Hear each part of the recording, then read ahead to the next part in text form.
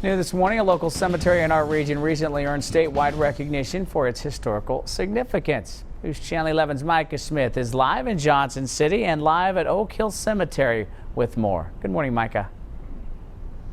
Good morning, Casey. A few months ago, I talked to the owner of Oak Hill Cemetery, Tim McKinney, and he told me that for the past few years, he struggled keeping up with maintenance and needed upgrades here. He told me that he hoped that the cemetery's historical significance would pique the interest of a historic preservation group. Well, that's exactly what happened.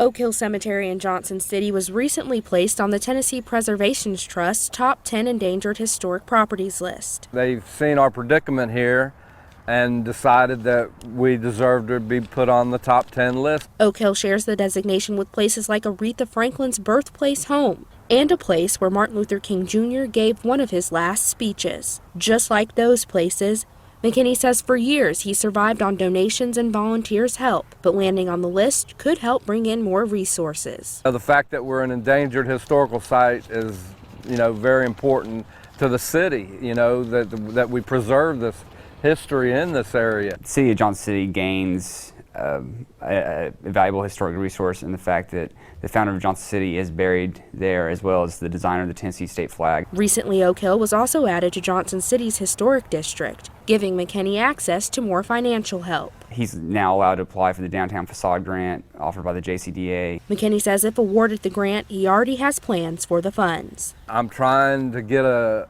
new iron fence to be put all the way around the cemetery to match my new gates that I've had donated in the last 7 years that I've been the owner. McKinney says having Oak Hill on the endangered historic properties list and becoming a part of Johnson City's historic district is great for the cemetery and the city. Johnson City in particular doesn't have that many old structures, and kind of looking at the history of Johnson City, we're really missing a lot of our past.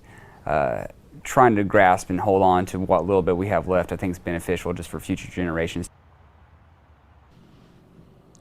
Oak Hill Cemetery's owner, Tim McKinney, says he's elated to be on the list. However, he's hoping to gain enough community support so that Oak Hill will no longer be considered endangered. Reporting live in Johnson City, Micah Smith, News Channel 11, in your corner.